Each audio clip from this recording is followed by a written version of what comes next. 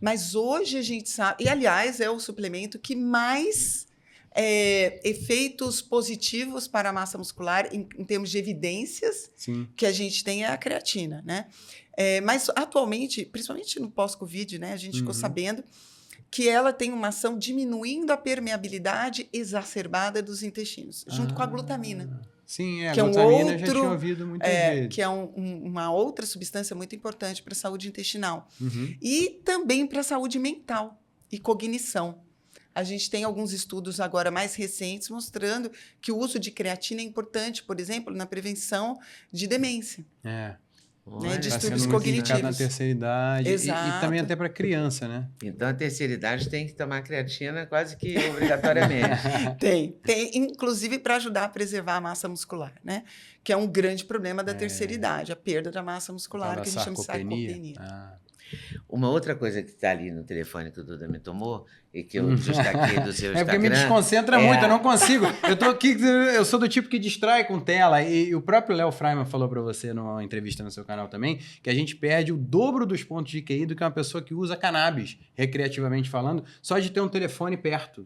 Aberto, com a tela aberta, ainda mais com uma pessoa mexendo. Tem um detalhe no Instagram da doutora Denise que eu adorei também, que é o omeprazol, a cúrcuma,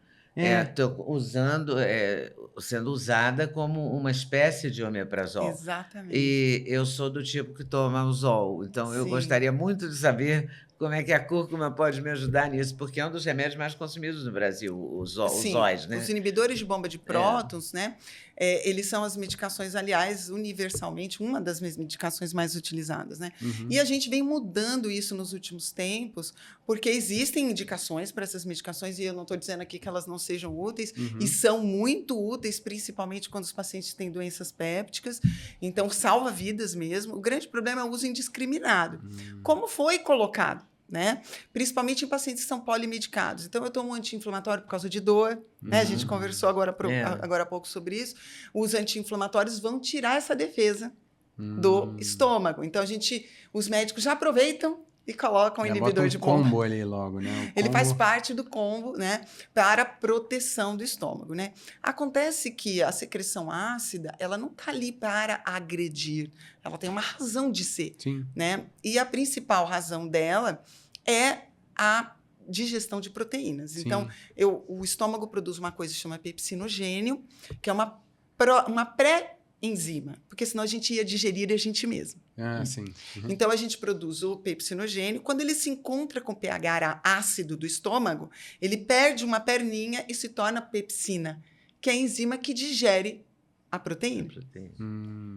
Só que, para isso acontecer, essa reação química, precisa ter um pH ácido no estômago. Quando eu tomo um inibidor de bomba de prótons, eu paro de produzir o ácido, ou eu reduzo muito, para que ele não agrida. Só que, ao mesmo tempo, eu deixo de fazer esta conversão de pepsinogênio em pepsina. Então, a minha digestão proteica começa a realmente ficar difícil de acontecer. E né? o tal do antiácido, esses o poder deles é menor, né? Um antiácido que você toma, ele também tem um tempo menor. Hoje, os inibidores de bomba de prótons, eles estão cada vez mais potentes e por mais tempo. Né? Então, a gente só está aumentando essa potência. A gente descobriu hoje, né? Porque não adianta, tipo, tomar o omeprazol, comer um abacaxi ou tomar um limão espremido, não adianta nada. O que a gente pode fazer... Gostei do limão espremido. Mas o que a gente pode fazer... Por exemplo, o abacaxi que você colocou, né? A gente até comentou, aquele dia que eu conversei contigo, que são enzimas naturais. Então, a gente tem no abacaxi, no mamão, né? No kiwi, no limão. Então, a gente... Na hora que for comer, se eu começar a refeição com isso... Eu ajudo o processo digestivo. Se eu for um churrasco, começar com abacaxi, eu vou digerir melhor as carnes do churrasco. Eu pensava que só com a idade... É antes. É antes, porque quando a carne chegar, tem que estar lá. E, Leda... Eu achava que com a terceira idade, a minha digestão de proteína tem caído, tem ficado mais difícil. Então, eu falei, é a velhice. Então, se eu acrescentar o abacaxi antes, eu vou melhorar isso? Ajuda. Eu achei interessante que você colocou. E antes o abacaxi? Eu nunca pensei nele antes. Cápsula de enzima eles mandam tomar antes, né? Exato, isso que eu ia falar. Então, as enzimas digestivas, nesse caso, por exemplo, eu não posso tirar o inibidor de bomba de prótons porque aquele paciente usa um anti-inflamatório. E aí eu aumento muito a chance dele fazer uma lesão. O que eu posso fazer para ajudá-lo a digerir sem que eu tenha que tirar o inibidor de bomba de prótons? O primeiro passo é isso, dietético mesmo, né? Colocar enzimas naturais antes da refeição. Para a hora que chegar a carne lá, já está a enzima. Já está forrado. Exato. Então, a papaína, a bromelina do abacaxi. O inibidor de bomba de prótons são todos os óleos. Exato. O mais comum que as pessoas conhecem é o omeprazol, né? Que foi a primeira droga. Comum. Mas a gente tem vários agora, né? Tem Nexium, tem vários. Sim, tem vários. E outra questão... nenhum deles é bom. Todos fazem. Todos assim, têm esse lado ruim. Exato. Quer dizer, tem o lado bom, claro, senão ninguém ia receitar. Mas tem o outro lado. O lado ruim. O lado ruim é não digerir proteínas. O outro lado ruim também. O ácido, ele também tem uma função... Porque a gente está engolindo o tempo inteiro, né? Quando a gente está bebendo, comendo, bactérias. Né? Porque nada é totalmente livre de bactérias, né? Quando a gente engole essas bactérias, o que previne que elas nos deem infecção, né? Ou cheguem e acabam crescendo demais, é o ácido no estômago. Aquele lago ácido que tem no estômago mata grande parte das bactérias. As bactérias ruins, né? Que a gente está engolindo o tempo inteiro, né? Porque a gente vive num mundo contaminado. Não tem como a gente se blindar disso. Não, criança, então, é pior ainda. Porque toda hora bota a mão na boca. Exato, né? Exato. E a gente põe também, viu, Duda? A gente, né, às vezes esquece de lavar a mão antes de comer. O celular é imundo. Nossa, o carrinho de supermercado é imundo. Exato. No supermercado, você vai lá, pega o carrinho, faz as compras, pega aquilo que um monte de gente pegou, né? Exato. Olhou, às vezes come fazendo compras, pega um biscoitinho, eu tenho comido coco, eu pego coco e fico comendo coquinho, mas com a mão suja, né? Porque você está mexendo com outras coisas, né? E não tem como você... E, na verdade, nem é bom a gente viver num mundo muito livre de bactérias, porque elas são muito importantes para a sintonia do sistema imunológico, esse convívio, né? Mas o estômago é a primeira barreira, né? Para que elas não progridam. Então, o estômago tem que estar funcionando bem, tem que estar na A produção de ácido certa. é importante para isso também. Além disso, a produção de ácido é muito importante para a absorção de ferro, que é um grande problema no idoso também. Né? A deficiência de ferro, porque o ferro compõe hemoglobina. A hemoglobina é quem leva oxigênio. Então, eu já tenho aterosclerose, eu já tenho alterações de pressão, que também já dificultam a oxigenação corporal inteira, né? Aí eu vou lá e fico anêmico. Eu não tenho uma hemoglobina para se ligar a esse oxigênio e transportar. Então, posso ter confusão mental por anemia no idoso, porque a reserva mental já é pequena. Então, se ele está anêmico, ele pode ficar confuso e as pessoas vão confundir com demência. Alzheimer. Exato. E, na verdade, o que ele tem é uma anemia. Né? E o uso dos inibidores de bomba de prótons nessa população tem mais risco ainda de levar isso. E mulheres também que têm menstruação excessiva, né? A gente chama netrorragia ou hipermenorreia. Elas também têm uma deficiência de ferro, porque perde muito ferro pelo sangramento. E aí, precisava absorver o ferro pela alimentação. Se eu tomo um inibidor de bomba de prótons, eu inibo isso. Mas dizem que a gente não consegue assimilar o ferro pela alimentação?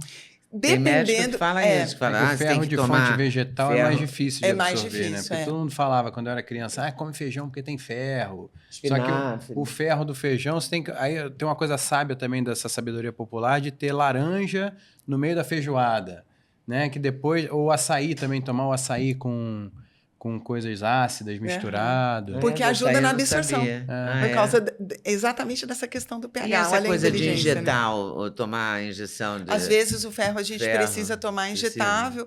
Por quê? Porque eu não tenho condições digestivas para absorção adequada. Isso pode acontecer principalmente se houve uma queda rápida do ferro, como as meninas que menstruam demais. Então não consegue, não consegue tampar o buraco ao mesmo tempo que você repõe, né? Então, às vezes, tem que ser endovenoso. O ferro é um dos nutrientes que dependem, muitas vezes, dessa reposição. Eu dava suplementação de ferro para a Zoe quando ela era neném. É meio bebê. Que ponto pacífico para bebezinho, né? Recém-nascido. Tomar E é um suplemento que se cai na roupa branca, mancha tudo. E a coisa da frigideira de ferro fundido, grelha de ferro fundido, isso ajuda mesmo? Muito pouco. Muito pouco. Assim, para haver uma reposição, não. Infelizmente. E também o ácido, por fim, é muito importante para a B12. Tá. Eu preciso voltar na cúrcuma, porque eu não entendi como é que a cúrcuma pode ajudar aí. Ingerindo os comprimidos, repondo, fazendo a suplementação. A gente teve um estudo que eu divulguei, foi feito eram pacientes que tinham queixas digestivas que a gente chama de funcionais, tipo uma síndrome do intestino irritável, né? Faz parte das doenças funcionais do sistema digestivo, assim como a dispepsia. Eu tenho, por exemplo, um paciente que tem uma dispepsia, não digere direito, tem uma queimação, uma azia, digestão lentificada, faz uma endoscopia, não dá nada. Quer dizer que ele não tem nada? Não, o problema não é anatômico, o problema é funcional. É no funcionamento, não na anatomia. Essas são as doenças funcionais do sistema digestivo. E aí eles pegaram uma população de pacientes, dividiram em 3 grupos e deram placebo, uma parte deram o inibidor de bomba de prótons e um outro grupo deu a cúrcuma, né? Só que ninguém sabia o que estava tomando. Né? E depois eles viram que a melhora das queixas com a cúrcuma foi semelhante da melhora das queixas com o inibidor de bomba de prótons. E aí, Denise, seria como assim, né? Ela inibe a produção de ácido? Porque ela já tem uma função nas inflamações. Exato. Então, seria mais uma função, né? É a redução do estresse oxidativo.